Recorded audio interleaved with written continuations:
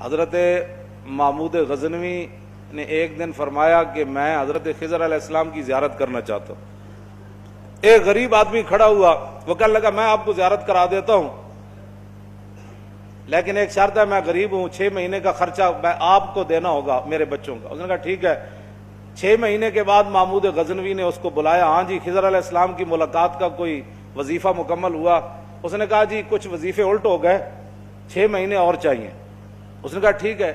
سال کے بعد اس کو پھر حضرت محمود غزنوی بلایا. فرمایا ہاں جی خضر علیہ السلام نہ کوئی میری ملاقات کا امکان پیدا ہویا, تسی وظیفے جو کر رہے ہو دریا دے کنارے. انہوں نے کہا جی میں کہاں, خضر علیہ السلام کہاں, میں نے تو آپ کے ساتھ جھوٹ بولا ہے, غریب آدمی تھا تو پیسے میرا روٹی پانی چل گیا 1 سال. تو محمود غزنوی کا مجلس لگی ہوئی تھی, ہزاروں لوگ موجود تھے, غوث بھی تھے, کتب بھی تھے, ابدال بھی تھے, محدث بھی تھے, مفسر بھی تھے. تو اس نے اپنے ایک وزیر کی طرف اشارہ کر کے کہا بتاؤ بھائی جو بادشاہ سے جھوٹ بولے اس کی کیا سزا ہے؟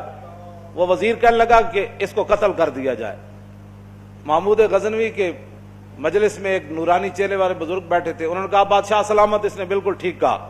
پھر اس نے ایک دوسرے وزیر سے پوچھا, اس نے کہا جی اس کی کیا سزا ہے جس نے بادشاہ سے داؤ بھی لگایا اور جھوٹ بھی بولا؟ اس نے کہا یہ گردن نہ اتاریں, یہ تو پھر جلدی مر جائے گا, اس پر کتے چھوڑیں, یہاں تک کہ کتے اسے نوچ نوچ کر کھائیں تاکہ اس کو پتہ چلے بادشاہ سے جھوٹ نہیں بولا جاتا. تو وہ بزرگ نورانی چہرے والے کہنے لگے بادشاہ سلامت, اس نے ٹھیک کہا. پھر اس نے حضرت ایاز کو کہا, ایک ہی صف میں کھڑے ہو گئے محمود و ایاز.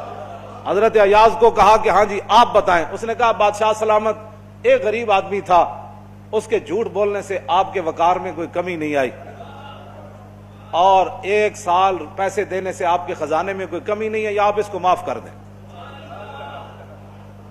وہ نورانی چہرے والا بزرگ کہنے لگا بادشاہ سلامت بالکل اس نے ٹھیک کہا.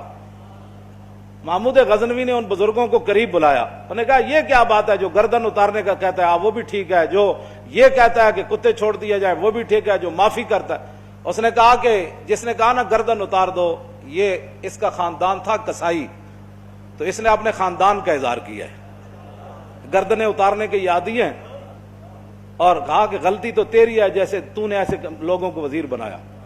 اس نے کہا جس نے کتوں کا کہا نا کتے چھوڑو, اس کے آباء و اجداد بادشاہوں کے کتے نہلایا کرتے تھے.